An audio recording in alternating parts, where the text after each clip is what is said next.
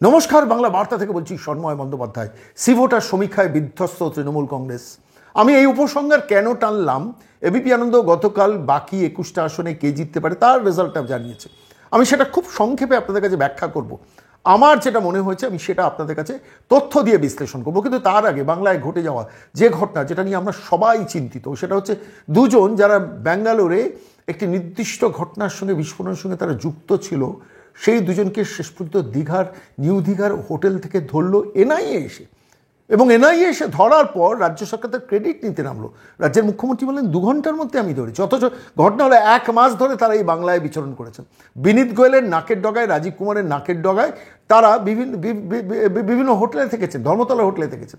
লালবাজার থেকে যার দূরত্ব 1 কিলোমিটারও নয়।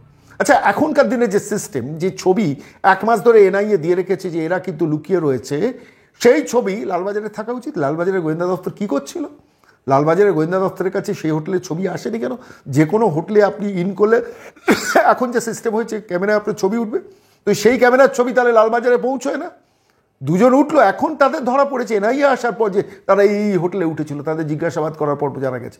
অথচ লালবাজার জানতে পারলো না। এই লালবাজারের গুন্ডা দমন শাখা, আমি সন্ময় বন্দ্যোপাধ্যায়, আমার অ্যাকাউন্টে সন্ত্রাসবাদীদের টাকা আসে এমন একটি উড়ো অভিযোগ নিয়ে, সেই অভিযোগের ভিত্তিতে আমার অ্যাকাউন্ট গত বছর সিজ করে গেছিল এবং 14 জন লালবাজারের গুন্ডা দমন অফিসার প্রাণপাত পরিশ্রম করেছিলেন, 1-1.5 মাস ধরে কলকাতা হাইকোর্টে বসেছিলেন, যাতে আদালত থেকে ওটাকে আটকানো যায়। আটকাতে পারেননি। আচ্ছা, আপনাদের কি বাংলা বার্তা দর্শকদের মনে হয় যে আমাকে সন্ত্রাসবাদীরা ফান্ডিং করতে পারে, কিংবা আমি সন্ত্রাসবাদীদের ফান্ডিং করতে পারি? এমন একটি অভিযোগ গুন্ডা দমন শাখা নিয়ে বসছিল। সেই গুন্ডা দমন শাখা এই সন্ত্রাসবাদীদের ফটোটাকে আইডেন্টিফাই করতে পারে না। কেমন চালাচ্ছেন মমতা বন্দ্যোপাধ্যায়, অভিষেক বন্দ্যোপাধ্যায় এই রাজ্যটাকে। বিনীত গোয়েল, কলকাতা পুলিশ, স্কটল্যান্ড ইয়ার্ডের সঙ্গে যা তুলনা করা হয়, সেই পুলিশ, রাজীব কুমারের পুলিশ, সামান্য লালবাজার থেকে 1-1.5 কিলোমিটার, 1 কিলোমিটারও নন, সেখানকার হোটেলগুলোতে এসে তারা লুকোচ্ছেন। তার ক্যামেরার ছবি এখন ধরা পড়ছে, কিন্তু তাদের সেই ক্যামেরার ছবি পৌঁছয়নি। যখন এনআইএ জানিয়ে দিয়েছে এরা এই ব্যক্তি, তাদের ছবি পাঠিয়ে দিয়েছে, তারপর নিয়মটা হওয়া উচিত ছিল না? বা অনেক আগেই নিয়মটা হওয়া উচিত ছিল যে মানুষ হোটেলে এন্ট্রি করবে তাদের ছবিটা লালবাজারে উঠে আসবে, সঙ্গে সঙ্গে এখন ভার্চুয়াল সিস্টেমে চলে যাবে, এবং সেখানে তাদের গোয়েন্দা দপ্তর দেখবে যে ওই দুজন যাদের এনআইএ নাম দিয়েছিল তারা এরা কিনা। অর্থাৎ আসলে এই সরকারটাই হচ্ছে সন্ত্রাসবাদীদের সরকার। দ্ব্যর্থহীন ভাষায় কথাটা বলা দরকার, যার জন্য এদের খুঁজে পায় না।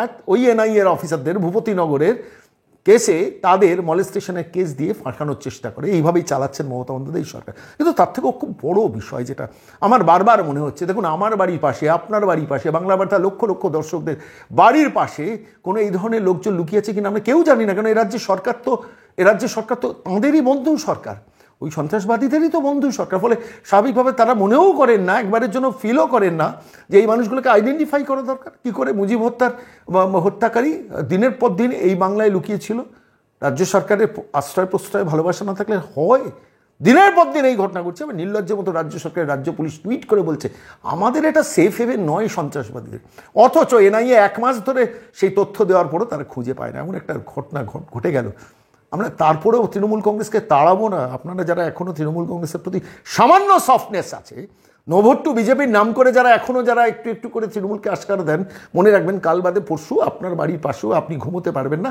এরা সব আস্তানা গাড়বে, আর তখন আপনি আঙুলটা কামড়াবেন, বলবেন যে তৃণমূলকে ভোটটা দেওয়া সত্যিই ভুল হয়েছিল।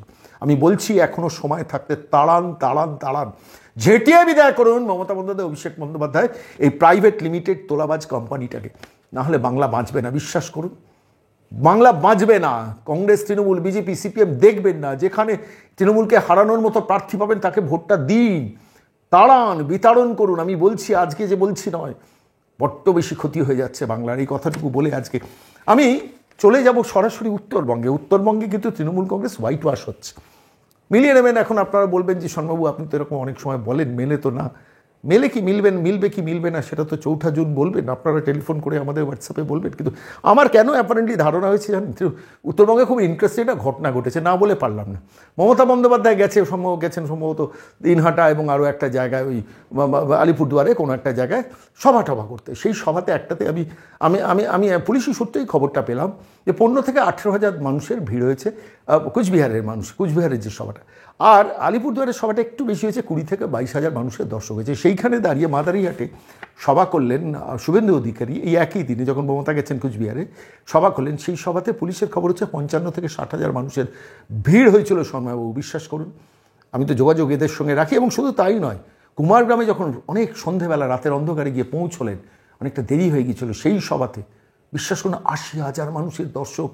আমাকে যখন টেলিফোনে বললেন না, তিনি ইন্টেলিজেন্সেরই কাজ করেন, তিনি যখন বলছেন, আমি নিয়মিত যোগাযোগ রাখি, আমি তার কথা বিশ্বাস করিনি।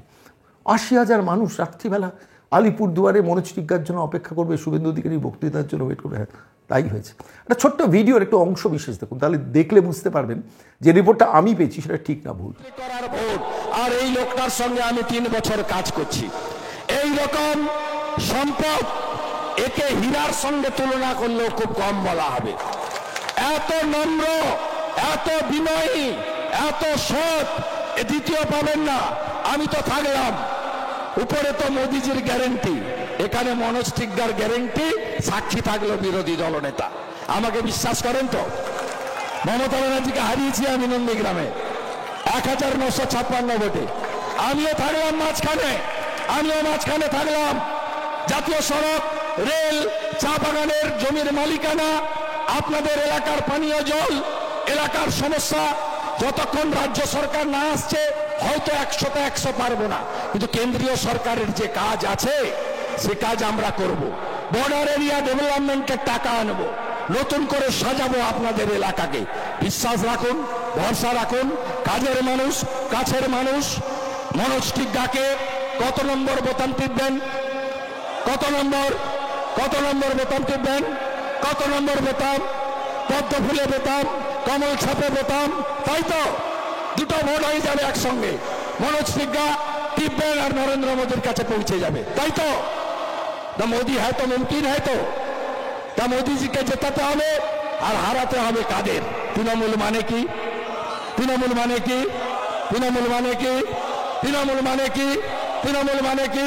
চোর ধরো, চোর ধরো, চোর ধরো, চোর ধরো, যারা আপনাদের উন্নয়নের টাকা চুরি করেছে। বলুন মমতা ব্যানার্জির লোকদের, ঘর তো ভাই পরে দেবে। যে 40 লক্ষ আবাস তৈরি হয়েছে বলে টাকা নিয়ে তুলে নিয়েছ, আমরা বাড়ি পাইনি কেন? আপনারা বাড়ি পেয়েছেন? 1,25,000 বাড়ি পেয়েছেন। 40 লক্ষ বাড়ি, 45,000 কোটি নরেন্দ্র মোদী দিয়েছে। 45,000 কোটি। তাই 9728097280 ফোন করে বলবেন তোমাদের হারাবো, তারপরে তোমার ফর্ম ফিল আপ করবো। ঢপবাজ, মিথ্যাবাদী, এই চিটিংবাজ, ফেরতবাজ তোলামূলকে 19 তারিখে উৎখাত করার আবেদন জানিয়ে আগামী 17 তারিখ কি হবে? 17 তারিখ কি আছে? 17 তারিখ কি আছে? 17 তারিখ কি আছে? 17 তারিখ কি বলবেন? জয় শ্রীরাম, জোরসে বলো, আরো জোরে, আরো জোরে, সবাই মিলে, সবাই মিলে, একই নারা একই নাম, একই নারা একই নাম, একই নারা একই নাম। উত্তরবঙ্গে গোল খেলেন মমতা বন্দ্যোপাধ্যায়, যেখানে ভিড় হচ্ছে 15,000, 18,000, 20,000, 22,000। সেখানে শুভেন্দু অধিকারীর সবাই 55-60,000, কখনো 80,000। তাও সন্ধ্যের অন্ধকারে 80,000 মানুষ একসঙ্গে চেঁচাচ্ছে। আমি বলছি উত্তরবঙ্গে হোয়াইট ওয়াশ হবে, আলিপুরদুয়ার, কুচবিহার হোয়াইট ওয়াশ হবে। একটা মাত্র সিট যেখানে তৃণমূল কংগ্রেস একটু স্বপ্ন দেখার চেষ্টা করেছিল, সেটা হচ্ছে জলপাইগুড়ি। কিন্তু সেই জলপাইগুড়িও বিনাশ করে দিয়ে গেছেন ভারতবর্ষের প্রধানমন্ত্রী নরেন্দ্র মোদী, এবং সেই জলপাইগুড়িতে আবার সম্ভবত শুভেন্দু অধিকারী পৌঁছচ্ছেন। সেই জলপাইগুড়িতে কিন্তু জয়ন্ত কুমার রায় গতবার বোধহয় লক্ষাধিক ভোটে জিতেছিলেন, এবারেও জিততে চলেছেন। যা আমি আমার সাংবাদিক বন্ধুরা ওখানে আছেন, আমি তাদের সঙ্গে টেলিফোনে কথা বলে বলছি, সৌম্যবাবু জলপাইগুড়িটা একটু শেকি হয়েছিল, কিন্তু জলপাইগুড়িতে সামলে দিয়েছেন। এখন যার জন্য তোলাবাজ ভাইপো গিয়ে ওখানে বলছেন যা হবে হবে, নির্বাচন কমিশন আমাদের বিরুদ্ধে শোকজ করে করুক, আমরা 1,20,000 সবার অ্যাকাউন্টে ঢুকিয়ে দেবো। এখন মনে পড়েছে ঢুকিয়ে দেবো, যাদের ঝড় বিধ্বস্ত মানুষদের অ্যাকাউন্টে ঢুকিয়ে দেবো। অথচ মাল যখন বিধ্বস্ত হয়েছিল তখন তোমার দেখা নাই রে, তোমার দেখা নেই, পিসিও যাননি, ভাইপোও যাননি, পিসি গিয়েছেন 3 সপ্তাহ বাদে। আমরা সেই ইতিহাসে যাচ্ছি না, কিন্তু আমি চলে যাচ্ছি সি ভোটার সমীক্ষা। এবিপি আনন্দ সি ভোটারের সমীক্ষায় দেখুন, গতকাল রাত্রিবেলা যে দ্বিতীয় পর্বটা আমরা প্রথম পর্ব নিয়ে গতকাল পরশুদিন বিশ্লেষণ করেছিলাম, গতকাল বিশ্লেষণ করেছিলাম, আজকে সি ভোটারের সমীক্ষা নিয়ে যে গতকাল রাত্রিবেলা দ্বিতীয় পর্বে যে 21টা সিট নিয়ে তার রিপোর্ট বার করেছেন সি ভোটারের ওপিনিয়ন পোল এবিপি আনন্দ, সেইটা দেখছিলাম। আগের দিন কী রেজাল্ট ছিল? 21-এর মধ্যে 10-10-1, 10টা বিজেপি, 10টা তৃণমূল, 1টা কংগ্রেস, অদিত চৌধুরী, বহরমপুর তারা দিয়েছিল। এদিন যা রিপোর্ট বেরোলো তাতেও কিন্তু রিপোর্ট সেই ড্রই থাকলো, 10-10-1, আবার 10টা তৃণমূল, 10টা বিজেপি, 1টা কংগ্রেস, ঈশা খান চৌধুরী, উত্তর মালদা সম্ভবত। সামগ্রিকভাবে এই যে রেজাল্টটা বেরোলো, আমি এই রেজাল্টটা দিয়ে শেষ পর্যন্ত টোটাল পাটিগণিতের অঙ্ক কী বলছে, অর্থাৎ 20টা পাচ্ছে বিজেপি, 20টা পাচ্ছে তৃণমূল, 2টো পাচ্ছে কংগ্রেস। সিপিএমের দেখা নাই রে, সিপিএমের দেখা নাই। এখন বামপন্থীরা কয়েকটা আসনে, আমি আগে থেকে বলেছিলাম 2-3টে আসনে একটা লড়াই দেবেন, কিন্তু সেটা প্রথম হওয়ার চেষ্টা করবেন, হবে না, তারা দ্বিতীয় হওয়ার চেষ্টাটা করবেন।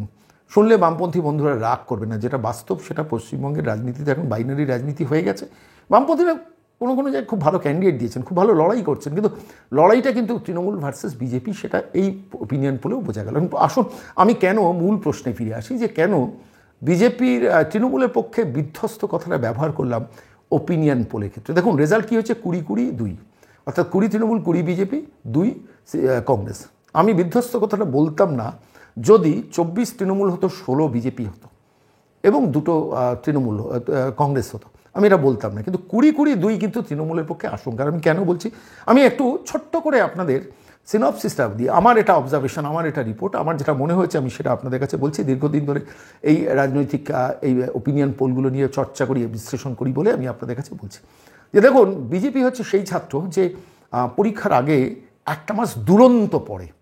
তৃণমূল কিন্তু সারা বছর ধরে পড়ে, সংগঠন গোছায়, তোলাবাজ করে, কাটমানি, কমিশন, ঘুষ দিয়ে একটা সার্কিট তৈরি করে, প্রচুর ফেরেববাজ ভাইপো সারা রাজ্য জুড়ে তৈরি করে, কয়লা, গরু, বালি, সোনা সব কিছুতে, চাকরিতে হাত পাকায় এবং তাদের দিয়ে এই সাংগঠনিকভাবে ভোটটা ম্যানেজ করে। এটা হচ্ছে তৃণমূল কংগ্রেসের নেচার। বিজেপি কিন্তু লাস্ট 1 মাস যে ঝড়টা তোলে, সেই ঝড়েই কিন্তু আমি আপনাকে বলছি, উত্তরবঙ্গে আপনারা দেখেছেন সাম্প্রতিককালে বারবার নরেন্দ্র মোদী যাচ্ছেন, বারবার শুভেন্দু অধিকারী যাচ্ছেন, কালকে গেছেন, আজকে ফিরেছেন, আবার কালকে যাচ্ছেন, এই ধরনের রুটিন সফরসূচি করছেন, 2টো করে সভা, ঝড়ের মতো মানুষ জোগাড় হচ্ছে। কীভাবে মানুষ হচ্ছে, মানুষ ভিড় হচ্ছে আমি জানি না, মানে আমি শুভেন্দুর সভাগুলো দেখছিলাম, কাতারে কাতারে মানুষ, এবং তাদের গাড়ি ঘোড়া কিছু দিচ্ছে না, কিন্তু হাজার হাজারে মানুষ আসছেন। উন্মাদনা উত্তরবঙ্গে তৈরি হয়ে গেছে।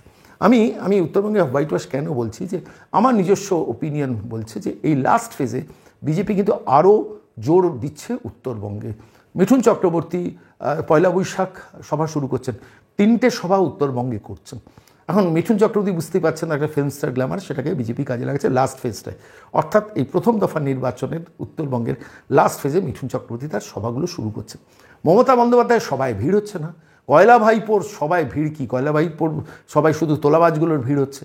ফলে কয়লা ভাইপো এখন গুছিয়ে গুছিয়ে সংগঠন করাচ্ছে যে এইখানে মারতে হবে, ওখানে ধরতে হবে, এখানে ম্যানেজ করতে হবে, ওখানে পুলিশকে ম্যানেজ করতে হবে, ওখানে পুলিশকে দিয়ে কেন্দ্রীয় বাহিনীকে ম্যানেজ করতে হবে, এইসব অঙ্কগুলো করে বেড়াচ্ছেন কয়লা বাহিনী, যার যা নেচার, যার যা ক্লাস। মমতা বন্দ্যোপাধ্যায় তবু কিছু মানুষ টানছেন, কিন্তু কয়লা ভাইপো তো মানুষই টানতে পারছে না। ফলে এইরকম একটা পরিস্থিতিতে দাঁড়িয়ে উত্তরবঙ্গে মিঠুন চক্রবর্তী ঢুকছেন। ইতিমধ্যে নরেন্দ্র মোদী একাধিক সভা করে গেছেন, বালুরঘাটে অমিত শাহ সভা করে গেছেন। শুভেন্দু অধিকারী প্র্যাকটিক্যালি প্রত্যেকটা লোকসভায় 3টে-4টে করে সভা করছেন, ভাবতে পারেন। এই লোড, অপরিসীম লোড নিচ্ছেন, তারপরে রোড শো করবেন, লাস্ট ফেজে রোড শো করবেন। উত্তরবঙ্গে আলটিমেটলি আলিপুরদুয়ার, কোচবিহার, এবং এগুলো এক্সিট পোলে, মানে ওপিনিয়ন পোলে দেখিয়েছে, আলিপুরদুয়ার বিজেপি পাচ্ছে, কোচবিহার বিজেপি পাচ্ছে, জলপাইগুড়ি বিজেপি পাচ্ছে, দার্জিলিং বিজেপি পাচ্ছে, এবং তারপর আরেকটু নিচে নামছেন যখন, রায়গঞ্জ বিজেপি পাচ্ছে, বালুরঘাট বিজেপি পাচ্ছে। ওপিনিয়ন পোলে সার্ভে রিপোর্টগুলো আমি আপনাদের কাছে বলছি। দেখুন, সবই বিজেপি পাচ্ছে, আপনারা হয়তো বলতে পারেন আপনি তো বলছেন, আমি বলছি না, এবিপি আনন্দর সি ভোটার সমীক্ষায় বলছে। তৃণমূল এসে খাতা খুলছে কোথায়? মুর্শিদাবাদে। কংগ্রেস অদিত চৌধুরী বহরমপুর রক্ষা করছে, আর মুর্শিদাবাদ, জঙ্গিপুর, এই 2টো তৃণমূল কংগ্রেস পাচ্ছে। অর্থাৎ দক্ষিণবঙ্গ থেকে ওপর থেকে হোয়াইট ওয়াশ হতে শুরু করেছে তৃণমূল। দেখুন, মালদহর 2টো সিট, উত্তর মালদা, দক্ষিণ মালদা। তো সেই মালদহ দেখছিলাম, মালদহ দক্ষিণে আমি দেখছিলাম যে সেখানে ঈশা খান চৌধুরী, ডালু খান চৌধুরী, যেখানে গনি খান চৌধুরীর ভাই যেখানে জিতেছেন, তার ছেলে ঈশা খান চৌধুরীকে দেওয়া হয়েছে, আগে বিধায়ক ছিলেন, তিনি জিতছেন বলে এবারে ওপিনিয়ন পোল সার্ভেতে দেখাচ্ছে। কিন্তু আমার নিজস্ব ধারণা কম, যদিও মালদহতে এবিপি সি ভোটার বলছে যে মালদহর একটা কংগ্রেস পাবে, একটা তৃণমূল পাবে, অর্থাৎ যেটা মালদহ উত্তরটা পাবেন খগেন মুর্মু, দক্ষিণটা পাবে ঈশা খান চৌধুরী কংগ্রেসে, খগেন মুর্মু বিজেপি, ঈশা খান চৌধুরী কংগ্রেসে। কিন্তু আমার নিজস্ব ধারণা এই ঈশা খান চৌধুরীকে তো লাস্ট মিনিটে পিছিয়ে পড়বেন, কারণ শিরূপা মিত্র চৌধুরী গতবার খুব মার্জিনালি হেরেছিলেন ডালু খান চৌধুরীর কাছে। ফলে স্বাভাবিকভাবে সেখানে কিন্তু কংগ্রেসের সঙ্গে বিজেপির লড়াই হবে এবং তৃণমূল মাইনরিটি ভোট প্রচুর কাটবে। সেইখান থেকে কিন্তু শিরূপা মিত্র চৌধুরী খুব পাওয়ারফুল ক্যান্ডিডেট, বিধায়কও, এবং প্রচণ্ড জনসংযোগ করছেন, বড় মিটিংও করেছেন সাম্প্রতিককালে শুভেন্দু অধিকারী সেখানে, আবারও সম্মত শুভেন্দু সেখানে যাচ্ছেন। আমার নিজস্ব ওপিনিয়ন হচ্ছে মালদা উত্তর দক্ষিণ দুটোই বিজেপি পাবে, একটা কংগ্রেসকে যদিও সি ভোটার দিয়েছে। ফলে বিজেপির একটা ভোট, একটা সিট কিন্তু মালদহ, এটা আমার নিজস্ব ধারণা, ভুল হলে ভুল, কিন্তু ঠিক হলে বলবেন আপনারা যে আপনি তো বলেছেন শিরূপা মিত্র চৌধুরী মালদহ দক্ষিণে বেরিয়ে যেতে পারেন। তাহলে কি দাঁড়ালো? জলপাইগুড়ি, দার্জিলিং, কুচবিহার, আলিপুরদুয়ার 4টে সিট, তারপরে নামছেন মালদহ 2টো সিট, দিনাজপুরের 2টো সিট, অর্থাৎ দিনাজপুর এবং বালুরঘাট বার করে নিয়ে আসছেন। তাহলে এইভাবে উত্তরবঙ্গ কিন্তু সাফ হয়ে মুর্শিদাবাদে এসে প্রথম একটু নিঃশ্বাস ফেললো, তার কারণ সেখানে মাইনরিটি ভোট ব্যাংক আছে এবং সেটা হচ্ছে জঙ্গিপুর, মুর্শিদাবাদ, এই দুটো জায়গায়। এবার মধ্যবঙ্গতে আসি। আমি কেন আজকে এই বিষয়টা আপনাদের কাছে উল্লেখ করলাম, একটু ভালো করে খেয়াল করে দেখুন। আমি এই অঙ্কটা আপনাদের কাছে একটু ধরিয়ে দিতে চাই। 10-10-2, 20-20-2 হয়েছে, 20 তৃণমূল, 20 বিজেপি, 2টো কংগ্রেস। আগে কি ছিল? 23-17, 23 ছিল তৃণমূল, 17 ছিল বিজেপি। আসানসোলটা শত্রুঘ্ন জেতার পর 23-17 হয়ে গেছে। এবার 23-17টা কী করে 20-20 হলো? 3টে সিট কিন্তু, আবার বলছি 3টে সিট কিন্তু বিজেপি তৃণমূলের কাছ থেকে সি ভোটারের সমীক্ষা অনুযায়ী, আমার সমীক্ষানে এবিপি সি ভোটারের সমীক্ষা অনুযায়ী 3টে সিট কিন্তু বিজেপি তৃণমূলের কাছ থেকে নিয়ে নিল। কোন 3টে সিট আসুন এবার একটু বলি। 3টে সিটের মধ্যে একদম মধ্যবঙ্গে 2টো সিট ছিল তৃণমূলের হাতে, একটা হচ্ছে এই কাঁথি, আরেকটা ছিল তমলুক। কাঁথি এবং তমলুক দুটোতেই, এটা আমি অনেক দিন ধরেই বলছি, কাঁথি তমলুকে হ্যাভক মার্জিনে দুজনেই জিততে চলেছেন, সৌমেন্দু অধিকারী এবং প্রাক্তন বিচারপতি অভিজিৎ গঙ্গোপাধ্যায়। তাহলে এই দুটো ছিল তৃণমূলের হাতে, চলে যাচ্ছে বিজেপির হাতে। আরেকটা তৃণমূলের হাতে সিট ছিল যেটা বিজেপির হাতে যাচ্ছে, সেটা হচ্ছে আরামবাগ, যেখানে অপরূপা পোদ্দার গতবার মার্জিনালি জিতেছিলেন, বলা হয় জালিয়াতি করে জিতেছিলেন, কিন্তু সেই অপরূপা পোদ্দারের সিটটা কিন্তু এবার তৃণমূল হারাচ্ছে। সেটা কিন্তু মিস্টার দিগার বলে একজন দাঁড়িয়েছেন, তিনি কিন্তু বিজেপির হয়ে সেখানে নির্বাচিত হচ্ছেন। ফলে এই 3টে তৃণমূল থেকে কমাতে 23 থেকে 20 নামলো, আর 17 থেকে তৃণমূল বিজেপি 20-তে উঠলো। এবার প্রশ্নটা হচ্ছে, আমি একটা খুব ইন্টারেস্টিং জিনিস আমার অবজার্ভ করেছি বলে আপনাদের বলছি, যে গতবার যে সিটগুলো যারা জিতেছিল, এখন দেখাচ্ছে সবাই তার সিটগুলোকে রক্ষা করছে, শুধু এই 3টে সিট ছাড়া। আবার বলছি, এই 3টে সিট ছাড়া, আরামবাগ, মালদহ, কাঁথি ছাড়া, এবং এই 3টেই কাটছি শুভেন্দু অধিকারী, এই 3টে বিজেপির ঝোলায় আসছে। এবার 20-20-2 হওয়াতে আপনারা বলতেই পারেন যে সোমবাবু আপনি কেন এরকম কথা বলছেন, যে তৃণমূল বিধ্বস্ত কেন? তৃণমূলের তো আশা ছিল 30 ক্রস করবে। 20 এখন মানে 5ই এপ্রিল পর্যন্ত সার্ভে।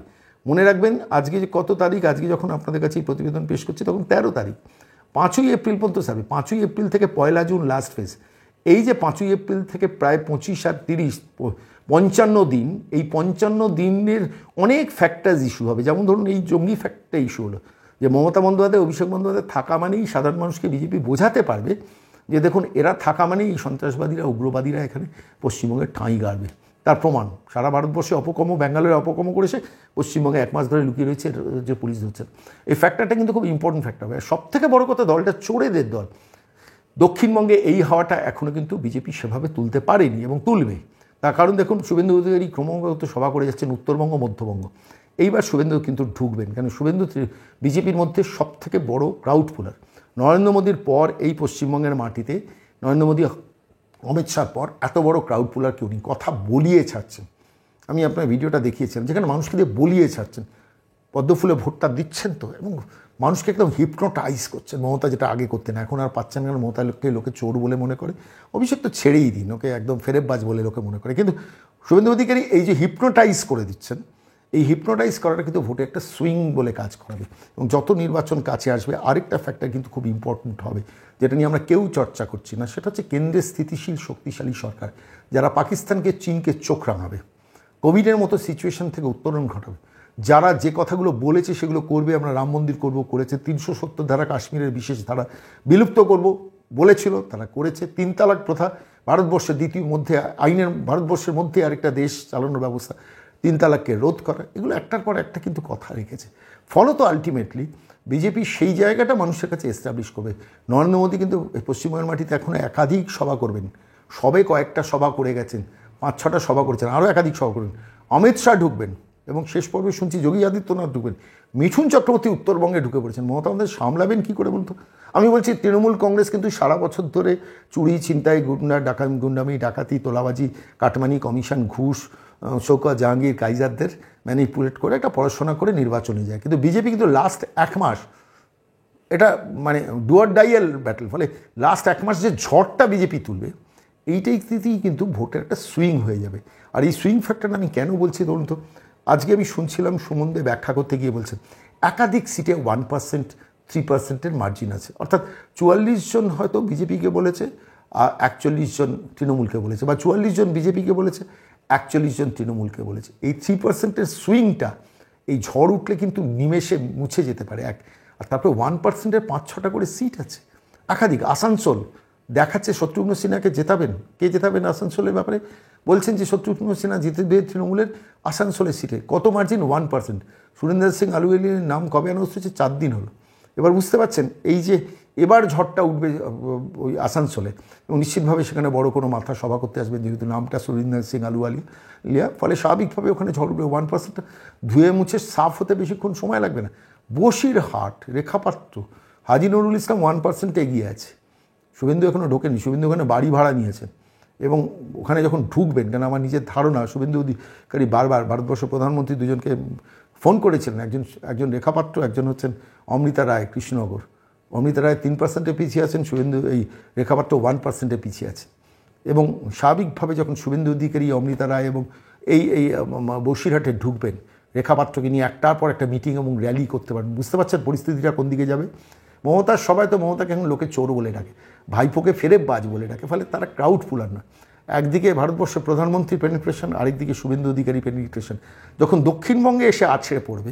আমি দেখছিলাম যে রেজাল্টগুলো বেরিয়েছে সেকেন্ড ফেজে, ম্যাক্সিমামটা দক্ষিণবঙ্গের, এবং সেই দক্ষিণবঙ্গে কে কোথায় এগিয়েছে তার একটা সিনপসিস রিপোর্ট হয়েছে। আমি আজকে আপনাদের কাছে শুধু আজকে গতকাল রাত্রে যে রেজাল্টগুলো বেরিয়েছে আমি টুকরো করে শুধু নামগুলো পড়ে শোনাবো। আমি দীর্ঘ সময় নেব না, কারণ প্রতিবেদন দীর্ঘায়িত করবো না। কুচবিহারে যেমন নিশ্চিত প্রামাণিক জিতছেন ওরা বলেছেন, আলিপুরদুয়ারে মনোজ টিগ্গা জিতেছেন বলেছেন। গতকাল যে রিপোর্টটা বেরিয়েছে আমি সেটা বলছি, বিজেপির এরা জিতেছে। কংগ্রেসকে দিয়েছেন ঈশা খান চৌধুরী, এটা আমি ডিফার করছি।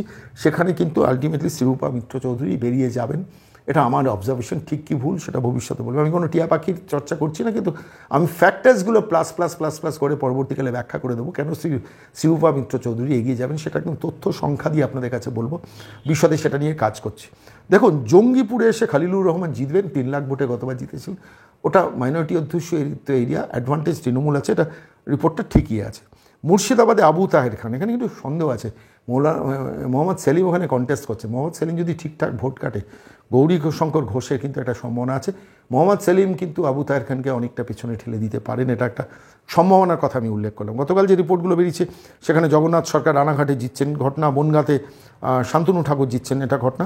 ব্যারাকপুরে বলছে অর্জুন সিং 1%-এ এগিয়ে আছে। এটা খুব ইন্টারেস্টিং একটা ফ্যাক্টর। আমি এটা নিয়ে কোনো এখন মন্তব্য করবো না, কেন ব্যারাকপুরের সিচুয়েশনটা ক্রমশ চাকা ঘুরতে শুরু করেছে। আর ফাইটিং স্পিরিটটা তো অর্জুনের আছে, ফলে শেষ মুহূর্তে এগিয়ে সে কতটা মেকআপ করছেন সেটা ভবিষ্যতে দেখা যাবে। কিন্তু আমার ধারণা অর্জুন ইজ মানে master player of electoral politics. 14,000 ভোটে গতবার জিতিয়েছেন। অভিষেক বন্দ্যোপাধ্যায় বলে গিয়েছেন না, 2 লাখ ভোটের 1 ভোট কমে ওর তৃণমূল কংগ্রেস প্রার্থী হারলে আপনারা আমাকে ডাকবেন। তারপর 14,000 ভোটে সেই সিট বার করেছেন অর্জুন সিং। ফলে এইটা নিয়ে আমি পরবর্তীকালে আমার রিপোর্ট আপনাদের কাছে পেশ করব। বারাসাতে কাকুলি ঘোষ দস্তিদারকে এগিয়ে রেখেছেন, সেটা খুব মার্জিনালি এগিয়েছে। এটাও কিন্তু সুইংয়ের সম্ভাবনা আছে, যদিও মাইনরিটি ভোটার প্রচুর আছে। জয়নগরে প্রতিমা মণ্ডল তৃণমূল কংগ্রেসের এতবারের ক্যান্ডিডেট 1% এগিয়ে আছে। হিন্দু ভোট কনসলিডেশনের খেলাটা কিন্তু হচ্ছে, যত নির্বাচন কাছে আসবে। সামনে খেয়াল করবেন রামনবমী আছে, রামনবমীতে উত্তাল হবে সারা পশ্চিমবঙ্গ। এই 1% ঝড়ের মতো, বৈশাখী ঝড়ের মতো উড়ে গেলেও যেতে পারে। আমি সম্ভাবনার কথাটা দিয়ে রাখলাম। যাদবপুরে সায়নী ঘোষ জিতবেন, এটা প্রেডিকশান করেছে। এটা নিয়ে আমাকে একটু চর্চা করতে হবে। কতটা সৃজন ভোট কাটবে, ডক্টর অনির্বাণ গাঙ্গুলি কতটা দৌড়চ্ছেন, এটা নিয়ে আমার অবজারভেশন হয়নি। আমি চর্চা ডিটেল করছি, করে আপনাদের কাছে আসবো।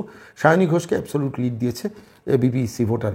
কলকাতা উত্তরে সুদীপ বন্দ্যোপাধ্যায়কে এগিয়ে রেখেছেন। এগুলো অনেকগুলো ফ্যাক্টার্সের উপর সবে তাপস রায়ের নাম অ্যানাউন্সমেন্ট সবে নেমেছে। It's too early to predict.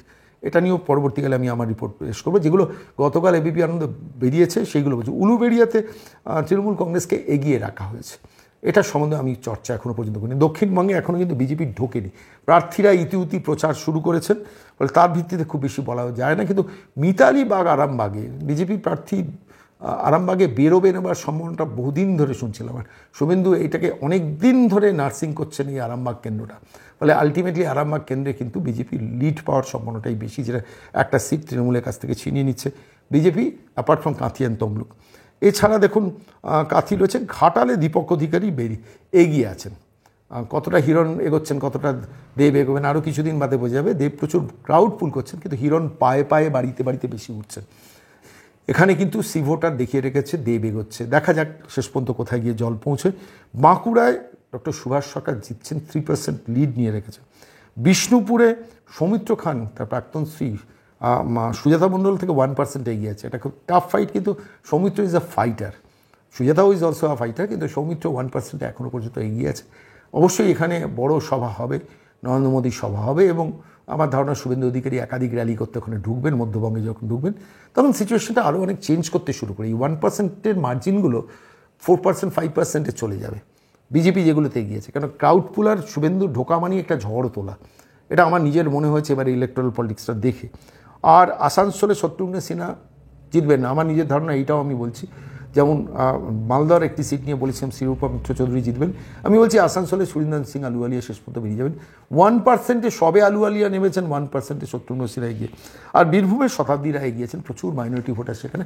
Debashis ধর সবে নেমেছেন, দেখা যাক, it's too early to predict. কিন্তু আমি কেন আজকে আপনাদের কাছে এই প্রতিবেদনে আবার বলছি, আমি যে হেডলাইন দিলাম যে তৃণমূল কংগ্রেস বিধ্বস্ত, কারণ তৃণমূল কংগ্রেসের এক্সপেকটেশন তো ছিল 30+, খারাপ হলে এটা 25-এ নামবে, কিন্তু যদি প্রথমেই আপনি 20 দিয়ে দেন তার মানে 20 থেকে বার নামবে।